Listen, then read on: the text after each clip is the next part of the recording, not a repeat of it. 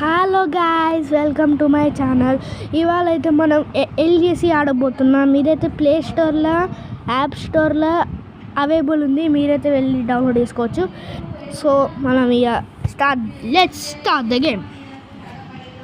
So ఇలా నా పేరు వచ్చేసి రెబుల్ అని పెట్టుకున్నా. సో నేను ప్రభాస్ ఫ్యాన్ అనమాట.